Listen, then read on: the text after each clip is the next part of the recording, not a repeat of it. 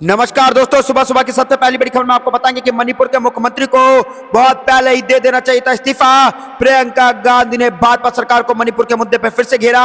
इसी प्रकार दूसरी बड़ी खबर में आपको बताएंगे कि राज्यसभा में सोनिया गांधी ने उठाया जनगणना में देरी का मुद्दा, कहा जल्द से जल्द भाजपा सरकार को कराना चाहिए काम। इसी प्रकार तीसरी बड़ी खबर में आपको बताएंगे कि प्रयागराज में जाम का कहर, श्रद्धालु भूखे प्यासे, अखिलेश यादव ने सरकार पर उठाए सवाल और रख दी बड़ी मांग। और इसी प्रकार चौथी बड़ी खबर में आपको बताएंगे कि कांग्रेस बोली बहुत देरी से आया मणिपुर सीएम का इस्तीफा, अविश्वास प्रस्ताव लाने की तैयारी कर रही थी पार्टी। जी दोस्तों, और इसी प्रकार पांचवी बड़ी खबर में आपको बताएंगे कि तेजस्वी यादव का नीतीश कुमार पर तीखा हमला, कहा उनकी कोई विचारधारा नहीं, सिर्फ कुर्सी से प्यार है। तो दोस्तों, अब की बार बिहार में चुनाव आने जा रहा है।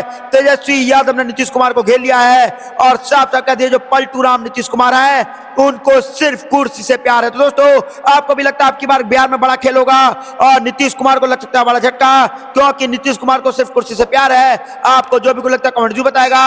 और आप भी बिहार से हैं तो आप अभी इस वीडियो को लाइक, चैनल को सब्सक्राइब कर लीजिए और कमेंट में जय बिहार जरूर लिखिएगा। रुक करते हैं पहली खबर की तरफ। मणिपुर के मुख्यमंत्री को बहुत पहले इस्तीफा दे देना चाहिए था, प्रियंका गांधी का बड़ा बयान। जी हां दोस्तों, इस वक्त इस सबसे बड़ी खबर सामने आ रही है कि कांग्रेस महासचिव प्रियंका गांधी वाड्रा ने कहा कि मणिपुर के मुख्यमंत्री एन वीरेंद्र सिंह को बहुत पहले इस्तीफा दे देना चाहिए था।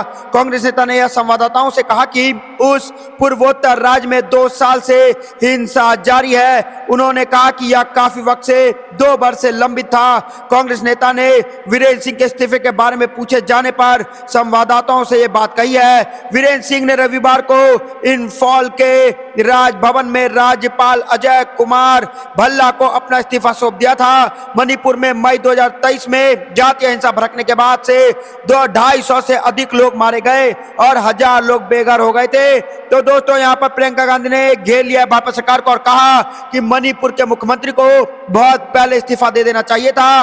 अगर वह पहले इस्तीफा दे देते तो मणिपुर अभी जलता नहीं, बिल्कुल शांत होता। तो दोस्तों, आपको क्या लगता है कौन जरूर बताएगा। रुक करता अगली खबर की तरफ। राज्यसभा में सोनिया गांधी ने उठाया जनगणना में देरी का मुद्दा, जल्द कराने की कड़ी मांग। दोस्तों, यहाँ पर बड़ी खबर सामने आ रही है कि राज्यसभा में बोलते हुए कांग्रेस संसदीय दल की अध्यक्ष सोनिया गांधी ने जनगणना में देरी का मुद्दा उठाया है। सोनिया गांधी ने कहा कि सितंबर 2013 में यूपीए सरकार द्वारा पेश किए गए राष्ट्रीय खाद्य सुरक्षा अधिनियम एक ऐतिहासिक पहल थी, जिसका उद्देश्य देश की 140 करोड़ आबादी के खाद्य और पोषण सुरक्षा सुनिश्चित करना था। इसने लाखों परिवार को भूखमरी से बचाने में महत्वपूर्ण भूमिका निभाई, खासकर कोविड-19 संकट के दौरान। जी दोस्तों, यहाँ पर बड़ी खबर सामने आ रही है। सोनिया गांधी ने आगे कहा कि इस अधिनियम ने प्रधानमंत्री गरीब कल्याण अन्न योजना के लिए आधार प्रदान किया और 75% ग्रामीण आबादी और 50% शहरी आबादी सब्सिडी वाले खाद्यान्न प्राप्त करने की हकदार है। तो दोस्तों, यहाँ पर बड़ी खबर सामने आ रही है। सोनिया गांधी ने इसी मुद्दे पर घेर लिया भाजपा सरकार को, कहा कि राज्यसभा में जो है सोनिया गांधी ने उठा दिया सवाल और कहा कि जनगणना में आखिरकार देरी क्यों हो रही है, जल्द से जल्द सरकार को ये कराना चाहिए। आपको क्या लगता है दोस्तों, कमेंट जरूर बताएगा। वीडियो को लाइक करिएगा। रुक करते अगली खबर की तरफ। प्रयागराज में जाम का कहर, श्रद्धालु भूखे प्यासे, अखिलेश यादव ने सरकार पर उठाया सवाल। जी दोस्तों, यहाँ पर बड़ी खबर सामने आ रही है। प्रयागराज में हर तरफ जाम की स्थिति बनी हुई है।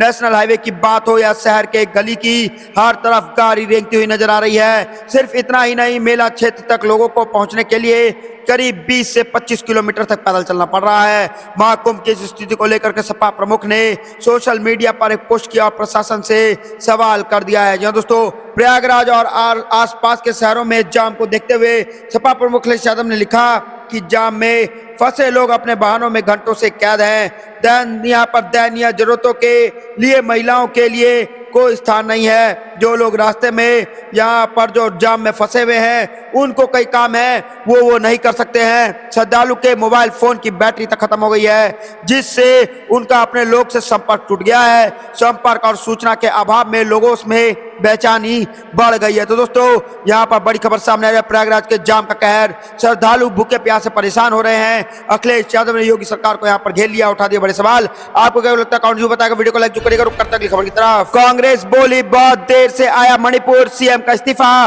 अविश्वास प्रस्ताव लाने की तैयारी कर रही पार्टी। जी हां दोस्तों, यहाँ पर बड़ी खबर सामने आ रही है। कांग्रेस ने एन वीरेंद्र सिंह के मणिपुर के मुख्यमंत्री के पद से इस्तीफा देने पर रविवार को प्रतिक्रिया दी है। विपक्षी पार्टी ने इस देरी से उठाए गए कदम बताया है और कहा है कि लोग बार बार विदेश जाने वाले प्रधानमंत्री नरेंद्र मोदी की मणिपुर यात्रा का इंतजार कर रहे हैं। कांग्रेस ने यह हमला उस समय किया जब वीरेंद्र सिंह ने इम्फाल स्थित राजभवन में राज्यपाल अजय कुमार भल्ला को अपना इस्तीफा सौंप दिया है। तो दोस्तों, यहाँ पर बड़ी खबर सामने आ रही है और यहाँ पर 2 साल के अधिक समय से यहाँ पर मणिपुर में जो है 2 समुदाय के बीच में जो हिंसा फैली थी, जो मणिपुर में आग लगा था, वो अभी तक शांत नहीं हो पाया है। और इसी को लेकर के कांग्रेस ने अब घेर लिया है सरकार को और कहा है कि बहुत देरी कर दी इस्तीफा देने में। एन वीरेंद्र सिंह ने इनको जल्द से जल्द इस्तीफा देना चाहिए था, जिसके कारण मणिपुर को बचाया जा सकता था। तो दोस्तों, यहाँ पर बड़ी खबर सामने आ रही है। आपको क्या लगता है कमेंट जरूर बताएगा। रुक करते अगली खबर की तरफ। तेजस्वी यादव का नीतीश कुमार पति का हमला, कहा उनकी कोई विचारधारा नहीं, सिर्फ कुर्सी से प्यार। जी दोस्तों, यहाँ पर बड़ी खबर बिहार से आ रही है सामने। नेता प्रतिपक्ष तेजस्वी यादव ने मुख्यमंत्री नीतीश कुमार पर जमकर हमला बोला है और उनकी प्रगति यात्रा को दुर्गति यात्रा करार दिया है। पटना के मिलर ग्राउंड में तेली समाज में एक कार्यक्रम को संबोधित करते हुए तेजस्वी यादव ने कहा कि इस यात्रा में राज्य के खजाने से करोड़ों रुपए बर्बाद किए जा रहे हैं। उन्होंने नीतीश कुमार पर तंज कसते हुए कहा कि वह अपनी राजनीतिक स्थितियों को मजबूत करने के लिए जनता के पैसों का इस्तेमाल कर रहे हैं, जबकि जनता की मूलभूत समस्या जिसकी तस यहाँ पर बनी हुई है। जहाँ दोस्तों, यहाँ पर बड़ा सवाल खड़ा कर दिया तेजस्वी यादव ने स्पष्ट कर दिया है कि अब नीतीश कुमार को दोबारा गठबंधन में शामिल करने का कोई मतलब नहीं है। उन्होंने कहा कि जब नीतीश कुमार उनके साथ थे तब वह भाजपा पर पार्टी तोड़ने का आरोप लगाते थे, लेकिन जब उन्हीं के साथ मिलकर सरकार चला रहे हैं, तेजस्वी ने 2 टूक कहा है कि उनकी राजनीति अब साफ है और वह किसी भी हाल में पलटी मारने वाले नेताओं के साथ नहीं जाएंगे। तो दोस्तों, यहाँ पर बड़ी खबर बिहार से आ रही है और बिहार में होने जा रहा बड़ा खेल। आपको क्या लगता है कमेंट में बताएगा, वीडियो को लाइक करेगा। रुक करते अगली खबर की तरफ। बिहार के लिए मायावती का बड़ा ऐलान, सभी 243 सीटों पर अकेले चुनाव लड़ेगी बीएसपी, किसकी बढ़ेगी टेंशन। जी दोस्तों, यहाँ पर बड़ी खबर सामने आ रही है। दिल्ली चुनाव के नतीजे देश के सामने आ चुके हैं, जहां भाजपा ने आम आदमी पार्टी को सत्ता से बाहर का रास्ता दिखा दिया है। दिल्ली के बाद अगला नंबर बिहार का है, लिहाजा सभी दलों का फोकस अब इधर शिफ्ट हो चुका है। इसी कड़ी में बहुजन समाज पार्टी प्रमुख मायावती ने बिहार चुनाव के लिए बड़ा ऐलान कर दिया है। मायावती ने बिहार में सभी 243 सीटों पर विधानसभा चुनाव लड़ने का ऐलान कर दिया है। उन्होंने साफ कहा है कि उनकी पार्टी आगामी बिहार विधानसभा चुनाव में किसी भी दल के साथ गठबंधन नहीं करेगी। मायावती ने पार्टी के यहाँ पर प्रदेश दफ्तर में शनिवार को पार्टी पदाधिकारियों की बैठक हुई और इसमें बिहार चुनाव को लेकर के रणनीति तैयार की गई है। तो दोस्तों, यहाँ पर बड़ी खबर सामने आ रही है और बिहार के लिए मायावती का बड़ा ऐलान सामने आ गया है और सभी 243 सीटों पर अकेले चुनाव लड़ेगी बीएसपी और किसकी बढ़ेगी टेंशन, ये देखने वाली बात होगी। तो दोस्तों, आपको क्या लगता है बिहार से जुड़ी बड़ी खबर सामने आ रही है? आपको जो भी लगता है कमेंट जो बताएगा, वीडियो को लाइक करेगा। रुक करता अगली खबर की तरफ। कांग्रेस को बड़े भाई की जिम्मेदारी निभानी चाहिए, दिल्ली चुनाव के नतीजों के बाद संजय राउत का बड़ा बयान। दोस्तों, यहाँ पर बड़ी खबर सामने आ रही है। दिल्ली विधानसभा चुनाव में बीजेपी का प्रचंड जीत हुआ है और आम आदमी पार्टी की करारी हार हुई है। दिल्ली चुनाव के नतीजों के बाद विपक्षी खेमे में खलबली है। उनका मानना है कि कांग्रेस और आम आदमी पार्टी को साथ में चुनाव लड़ना चाहिए था। उनका मानना है कि अगर ऐसा होता तो भाजपा बहुमत के साथ सत्ता में नहीं आती। शिवसेना उद्धव ठाकरे के नेता संजय राउत ने कहा कि दोनों ही दलों को साथ में चुनाव लड़ना था और कांग्रेस की अधिक जिम्मेदारी बनती है। तो दोस्तों, यहाँ पर बड़ी खबर सामने आ रही है और ये संजय राउत ने कहा कि हम सभी इंडिया गठबंधन को भागीदारी हैं। कांग्रेस हमारी सीनियर पार्टी है और राहुल गांधी हमारे नेता हैं। वरिष्ठ साथी की जिम्मेदारी है कि वह सभी को साथ लेकर के चलें। यह आपकी भी जिम्मेदारी थी, लेकिन गठबंधन पर चर्चा होना चाहिए था। अगर गठबंधन होता तो शायद परिणाम अलग होते और भाजपा नहीं जीतती। इसके लिए आम आदमी पार्टी और कांग्रेस दोनों जिम्मेदार हैं। गठबंधन की राजनीति में कोई अहंकार नहीं होना चाहिए। कांग्रेस को बड़े भाई की जिम्मेदारी निभानी चाहिए। तो दोस्तों, यहाँ पर बड़ी खबर सामने आ रही है। आपको क्या लगता है कमेंट जो बताएगा, वीडियो को लाइक करेगा। खबर की तरह निकाय चुनाव की वोटिंग आज 173 नगरीय निकायों में ईवीएम से मतदान होने जा रहे हैं। दोस्तों, यहाँ पर बड़ी खबर सामने आ रही है। छत्तीसगढ़ में नगर निकाय चुनाव के लिए आज यानी 11 फरवरी को मतदान किया जाएगा और 10 नगर निगम और 49 नगर पालिका परिषद और 114 नगर पंचायत समेत कुल 173 नगरीय निकायों में मतदान होना है। इलेक्ट्रॉनिक वोटिंग मशीन यानी कि ईवीएम के जरिए महापौर, अध्यक्ष और पार्षद पद के लिए मतदान करेंगे।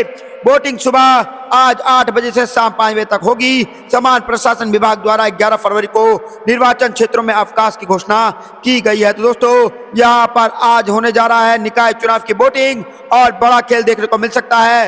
173 नगरीय निकायों में ईवीएम से होने जा रहा मतदान और उम्मीदवार जो हैं सारे आज मैदान में और बड़ा खेल यहाँ पर हो सकता है। किसकी जीत होगी किसकी हार होगी ये तो रिजल्ट बताएगा, लेकिन आज वोटिंग होनी है तो आप घर से बाहर निकलिए और जाकर वोट करिए। आपको क्या लगता है दोस्तों कमेंट जो बताएगा, वीडियो को लाइक करेगा। रुक करता खबर की तरफ। एमपी में बीजेपी के बाद अब कांग्रेस में भी होगा यह बड़ा बदलाव, निशाने पर 2028 का चुनाव। जी हां दोस्तों यहाँ पर बड़ी खबर सामने आ रही है। मध्य प्रदेश में बीजेपी के बाद अब कांग्रेस भी संगठन में बड़े बदलाव के मूड में दिख रहा है।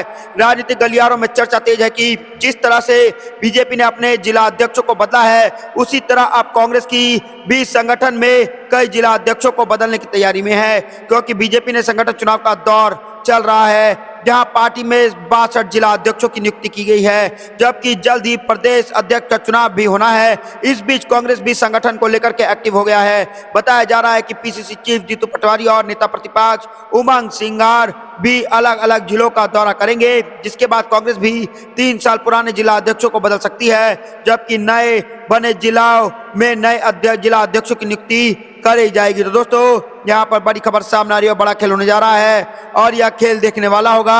एमपी में बीजेपी के बाद कांग्रेस भी होगा यह बड़ा बदलाव और निशाने पर 2028 का चुनाव है। तो दोस्तों आपको क्या लगता है कौन जो बताएगा, वीडियो को लाइक करेगा। रुक करता खबर की तरफ। नगर निकाय चुनाव मतदान से एक दिन पहले कांग्रेस की बड़ी कार्रवाई, 15 बागी प्रत्याशियों को किया बाहर। जी दोस्तों यहाँ पर बड़ी खबर सामने आ रही है। नगर निकाय चुनाव में बागी प्रत्याशियों न केवल भाजपा बल्कि कांग्रेस के अधिकृत प्रत्याशियों के लिए सिरदर्द बना हुआ है। ऐसे में मतदान से एक दिन पहले कांग्रेस ने बड़ी कार्रवाई करते हुए 15 बागी प्रत्याशियों को 6 साल के लिए पार्टी से निष्कासित कर दिया है। तो दोस्तों यहाँ पर बड़ी खबर सामने आ रही है और नगर निकाय चुनाव को लेकर के सामने आ रही है और मतदान से एक दिन पहले कांग्रेस की बड़ी कार्रवाई यहाँ पर हो चुकी है। 15 बागी प्रत्याशियों को बाहर कर दिया है कांग्रेस पार्टी ने, क्योंकि यहाँ पर शक था कि ये पार्टी लोग जो सदस्य जो लड़ रहे हैं चुनाव, अगर वो चुनाव जीत जाते हैं तो ये पार्टी जो है वो बदल सकते हैं। बागी नेता थे, कभी भी इस पार्टी को छोड़ करके दूसरे पार्टी को ज्वाइन कर सकते थे और ये जो कार्रवाई की गई है इससे एक बड़ा संकेत कांग्रेस ने दिया है कि अगर कोई भी नेता ऐसा करने की बागी बनने की कोशिश करेगा तो उनको पार्टी से हटा दिया जाएगा। आपको क्या लगता है दोस्तों कमेंट जो बताएगा, वीडियो को लाइक करेगा। रुक करता खबर की तरफ। आरजेडी विधायकों का बड़ा दावा, 2025 में फिनिश होंगे नीतीश कुमार, बिहार में तेजस्वी यादव की ताजपोशी तय। जी दोस्तों इस वक्त की सबसे बड़ी खबर सामने आ रही है और ये बिहार विधानसभा चुनाव से जुड़ी बड़ी खबर है और अब की बार 2025 में जो है एनडीए सरकार यानी कि नीतीश कुमार की विदाई तय हो चुकी है और अब की बार आरजेडी पार्टी यानी कि तेजस्वी यादव की ताजपोशी होनी है। जी दोस्तों हमको पता चले बिहार की राजनीति में एक बार फिर से बयानबाजी तेज हो गई है। मुजफ्फरपुर के जिले में मीनापुर से राजद विधायक मुन्ना यादव ने मुख्यमंत्री नीतीश कुमार पर तीखा हमला बोला है। उन्होंने दावा किया कि 2025 के विधानसभा चुनाव में उनका राजनीतिक सफर खत्म हो जाएगा। विधायक ने कहा है कि अब समय आ गया है कि नीतीश कुमार राजनीति में संन्यास लें और लालू प्रसाद यादव की शरण में जाकर विश्राम करें। जी दोस्तों इस वक्त की सबसे बड़ी खबर सामने आ रही है। उन्होंने दावा किया कि अगली साल सरकार आरजेडी की होगी और तेजस्वी यादव मुख्यमंत्री बनेंगे। तो दोस्तों नीतीश कुमार की विदाई और तेजस्वी यादव बनने जा रहे हैं मुख्यमंत्री। आप भी तेजस्वी यादव के साथ खड़े तो आप अभी इस वीडियो को लाइक चैनल को शेयर कर दीजिए, कमेंट जाए जरूर लिखिएगा। रुक करते हैं अगली खबर की तरफ। बिहार है, समझना पड़ेगा इसको। दिल्ली जीत से उत्साहित एनडीए पर तेजस्वी यादव का तान। जी दोस्तों यहाँ पर बड़ी खबर सामने आ रही है। दिल्ली विधानसभा चुनाव 2025 में जीत से भारतीय जनता पार्टी यानी भाजपा और एनडीए के नेताओं में जोश बढ़ गया है। एनडीए नेता दिल्ली जीतने के बाद आगामी बिहार विधानसभा चुनाव में बड़ी जीत का दावा करने लगे हैं। आरजेडी दल यानी कि राष्ट्रीय जनता दल ने यहाँ पर नेता तेजस्वी यादव ने दिल्ली जीत से उत्साहित एनडीए नेताओं पर तंज कसते हुए कहा है कि बिहार तो बिहार है, इसको समझना पड़ेगा। दूसरी ओर केंद्रीय मंत्री जीतन राम मांझी और भाजपा नेता मंगल पांडे समेत अन्य नेताओं का कहना है कि दिल्ली को झांकी है, बिहार अभी बाकी है। तो दोस्तों यहाँ पर बिहार को लेकर के बड़ी खबर है, जहां एनडीए बार बार कह रही है दिल्ली तो झांकी है, बिहार अभी बाकी है, वहीं तेजस्वी यादव यादव कह रहे हैं कि दिल्ली कुछ और है, ये बिहार है बाबू, यहां पर अलग ही खेल होगा। तो दोस्तों बिहार का खेल इस साल अभी बाकी है, दिल्ली जीतने से कुछ नहीं होता है, बिहार की राजनीति अभी बाकी है। तो दोस्तों आपको क्या लगता है बिहार में किसकी सरकार बनने जा रही है, कमेंट जरूर बताइए, वीडियो को लाइक करेगा। रुक करता अगली खबर की तरफ। महाराष्ट्र में बड़ा खेल हो सकता है तो दिल्ली में भी कांग्रेस की हार पर एमएलए सुरेश राजे बोले अब जब तक ईवीएम रहेगा तब तक खतरे में रहेगा लोकतंत्र। जी दोस्तों यहां पर दिल्ली विधानसभा चुनाव जीतने के बाद और यहां पर आम आदमी पार्टी और कांग्रेस पार्टी की हार के बाद अब वापस ईवीएम पर प्रश्न उठ चुका है। जी दोस्तों हम आपको बताया चले कि दिल्ली विधानसभा चुनाव में भाजपा से बहुमत हासिल की है, वही आम आदमी पार्टी को हार का सामना करना पड़ा है, जबकि कांग्रेस को एक भी सीट हासिल नहीं हुई है। ऐसे में अब कांग्रेस ने ईवीएम के आरोप थोपना शुरू कर दिया है। डबरा से कांग्रेस विधायक सुरेश राजे ने कहा कि मैंने पहले ही कहा था कि सभी एग्जिट पोल सही साबित हो जाएंगे। जब महाराष्ट्र में इतना बड़ा खेल हो सकता है तो दिल्ली तो छोटी मोटी बात है। तो दोस्तों वापस कांग्रेस और आम आदमी पार्टी के हारने के बाद ईवीएम पर एक बड़ा प्रश्न उठ गया है। लेकिन दोस्तों इस साल के अंत में फिर से हम बता दें कि बिहार में विधानसभा चुनाव होना है और अगर ईवीएम के से लोकतंत्र खतरे में है तो क्या बिहार में ईवीएम से चुनाव होना चाहिए या फिर बैलेट पेपर से चुनाव होना चाहिए, आपका ये एक कमेंट निर्धारित करेगा। तो दोस्तों कमेंट करके जरूर बताइएगा कि ईवीएम वर्सेस बैलेट पेपर, और कमेंट वीडियो को लाइक जो करेगा। रुक करता अगली खबर की तरफ। अखिलेश यादव का मिल्कीपुर रिजल्ट के बाद भाजपा पर हमला, बड़ा हमला, कहा लोकतंत्र खतरे में है, ईवीएम को हटाया जाए। जहां दोस्तों यहाँ पर बड़ी खबर सामने आ रही है और उत्तर प्रदेश के अयोध्या के मिल्कीपुर विधानसभा सीट पर उपचुनाव के परिणाम समाजवादी पार्टी के पक्ष में नहीं आया है। वोटिंग के बाद से ही लगातार समाजवादी पार्टी हमलावर दिखी है। वैसे समाजवादी पार्टी ने चुनाव की वोटिंग के पहले ही प्रशासन पर जबरदस्त हमला बोला था। मिल्कीपुर विधानसभा चुनाव के मैदान में प्रचार के आज उतरे सपा अध्यक्ष अखिलेश यादव ने जिला प्रशासन को निशाने पर लिया था। उन्होंने अयोध्या के डीएम पर गंभीर आरोप लगाते हुए हेलीकॉप्टर न उतारने देने की साजिश का आरोप लगाया था। हालांकि इस मामले में कोई केस दर्ज नहीं कराया गया था। दोस्तों यहां पर बड़ी खबर सामने आ रही है और मिल्कीपुर में भी हार का सामना करना पड़ा अखिलेश यादव को। इसी को लेकर के उन्होंने बड़ा हमला कर दिया भाजपा सरकार पर और कह दिया है कि एक जगह का विधानसभा जीत जाओगे जब 2027 में विधानसभा चुनाव पूरे उत्तर प्रदेश में होगा जहां पर 400 से ज्यादा सीटें हैं, तब कैसे जीत के दिखाओगे। पीडीए यानी कि पिछड़ा दलित आदिवासी जितने भी जनसंख्या है वो हमारे साथ खड़े हैं। तो दोस्तों आपको क्या लगता है कमेंट जो बताइए, वीडियो को लाइक करेगा। रुक करता खबर की तरफ। सरकार प्रशासन ने मिलकर जीता है मिल्कीपुर उपचुनाव, अजय राय ने भाजपा पर बोला हमला, आप पर भी बरसे। जी दोस्तों यहाँ पर बड़ी खबर सामने आ रही है। उत्तर प्रदेश की मिल्कीपुर सीट पर उपचुनाव में जीत, यहाँ पर जीत के बाद बीजेपी में जश्न शुरू हो गया है। लखनऊ में बीजेपी दफ्तर पर ढोल नगाड़े के साथ बीजेपी नेताओं ने जश्न मनाया। वहीं दूसरी ओर विपक्षी पार्टियों को दिल्ली से लेकर के अयोध्या तक हार का सामना करना पड़ा है।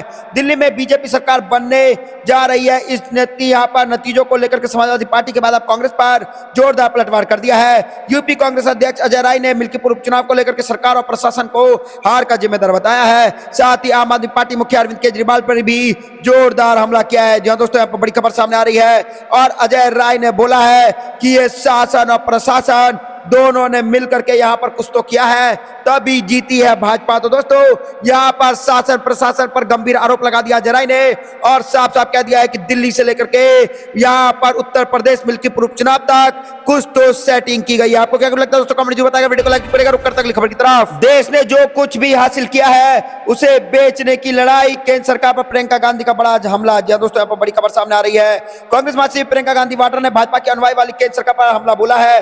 उन्होंने आरोप लगाया कि इतिहास में पहली बार सरकार देश के संविधान और लोकतंत्र दोनों को कमजोर करने का प्रयास कर रही है। एयर नॉट यहाँ पर विधानसभा क्षेत्र में पार्टी के बूथ स्तर के नेताओं को संबोधित करते हुए वायनाड की सांसद प्रियंका गांधी ने कहा यह शायद हमारे देश के इतिहास में पहली बार सरकार है जो संविधान और लोकतंत्र को कमजोर करने के लिए प्रयास कर रही है। जो दोस्तों उन्होंने कहा कि आपको समझना चाहिए कि आज हम जो लड़ाई लड़ रहे हैं वह सिर्फ हमारी अपनी राजनीति और विचारधारा की लड़ाई नहीं बल्कि भारत ने जो कुछ भी हासिल किया है उसे बचाने की लड़ाई है। वायनाड की अपनी 3 दिवसीय यात्रा में दूसरे दिन प्रियंका ने मानस पशु संघर्ष के मुद्दे पर बात करते हुए कहा कि वह केंद्र और राज्य सरकार को अधिक धन आवंटित करने के लिए पत्र लिखेगी क्योंकि प्रभावी सुरक्षा उपायों के लिए पर्याप्त धन की आवश्यकता है। तो दोस्तों यहाँ पर बड़ी खबर सामने आ रही है। प्रियंका गांधी ने घेर लिया भाजपा सरकार को।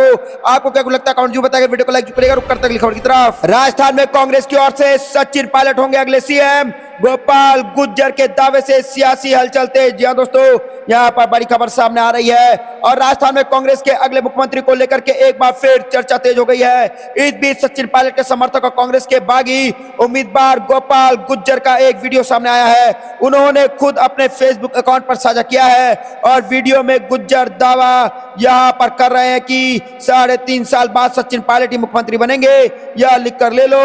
उनके इस बयान में कांग्रेस ने अंदर नई सियासी हलचल मच गई है। साथ ही उन्होंने यहां पर जलदाय मंत्री कन्हैया लाल चौधरी पर भी गंभीर आरोप लगाया है। गौरतलब है कि गोपाल गुज्जर ने पिछले विधानसभा चुनाव में कांग्रेस से बागी होकर निर्दलीय प्रत्याशियों के रूप में चुनाव लड़ा था। दोस्तों, यहां पर बड़ी खबर सामने आ रही है और राजस्थान में कांग्रेस की ओर से सचिन पायलट होंगे अगले सीएम। गोपाल गुज्जर के दावे से सियासी हलचल हो चुकी है तेज। तो दोस्तों, आपको भी लगता है कि सचिन पायलट को आगे आना चाहिए? हाँ या ना कमेंट जरूर बताएगा। वीडियो को लाइक करेगा। रुक करते खबर की तरफ। आदित्य ठाकरे बोले, जीत के बाद बीजेपी को जनता का नहीं चुनाव आयोग का करना चाहिए। धन्यवाद। जी दोस्तों, यहाँ पर बड़ी खबर सामने आ रही है।